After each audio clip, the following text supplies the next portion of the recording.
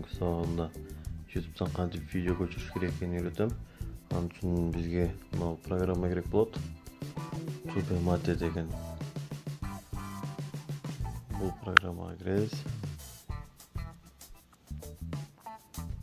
Закрыть. Нет. Бул программага киргенде кадимкиле биздин YouTube чыгат. Бул жактан кайсы видеону көчүргүбүз келет мисалы.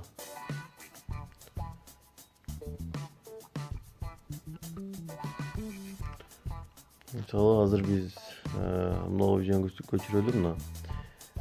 Это не человек, это зверь. Деген видеого киребиз мисалы, киргенде өйдөсүндө жакшы стрелка турат, ушуну басабыз. Бул жактан видеонун качествосы чыгат. Эң жогорку качествону тандайбыз. Бул жакта жашыл стрелка турат, ошону басып коебуз. Видео көчүрүлүп баштады достор.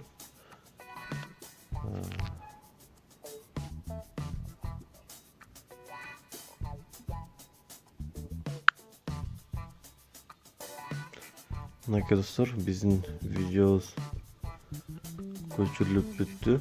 Бул видеону галереядан тапсак болот. Галереяга киребиз. Мына жаңы мен көчүргөн видео.